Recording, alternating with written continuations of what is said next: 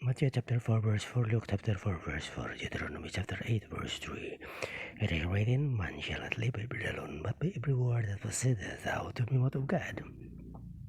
This morning's reading is John chapter 19, verses 1 to 22.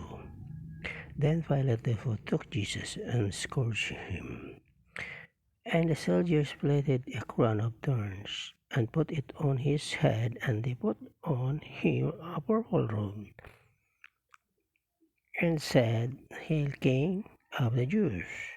And they smote him with their hands. Pilate therefore went forth again, and said unto them, Behold, I bring him forth to you, that ye may know that I find no fault in him. Then came Jesus forth, wearing the crown of thorns and the purple robe, and Pilate said unto them, Behold the man. May the Lord bless you as you continue reading John chapter 19. When the chief priests, therefore, and the officers saw him, they cried out, saying, Crucify him, crucify him.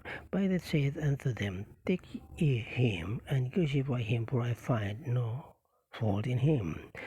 The Jews answered him, We have a law, and by our law he ought to die, because he made himself the Son of God. When Pilate therefore heard that saying, he was the more afraid, and went again into the judgment hall, and said unto Jesus, Whence art thou? But Jesus gave him no answer. And saith Pilate unto him, Speakest thou not unto me? Knowest thou not that I have power to crucify thee, and have power to release thee? Jesus answered, Thou couldst have no power at all against me, except it were given thee from above. Therefore he that delivered me unto thee hath the greater sin. And from henceforth then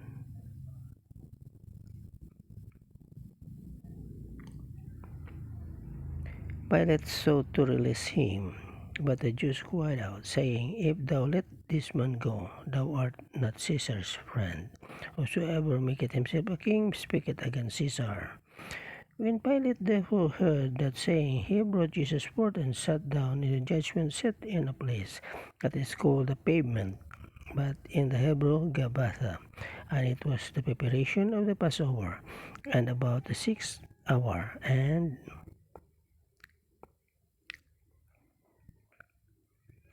he said unto the Jews, Behold your king. But they cried out, Away with him, away with him, crucify him. Pilate saith unto them, Shall I crucify your king? The chief priests answered, We have no king but Caesar. Then they delivered him therefore unto them to be crucified, and they took Jesus and led him away.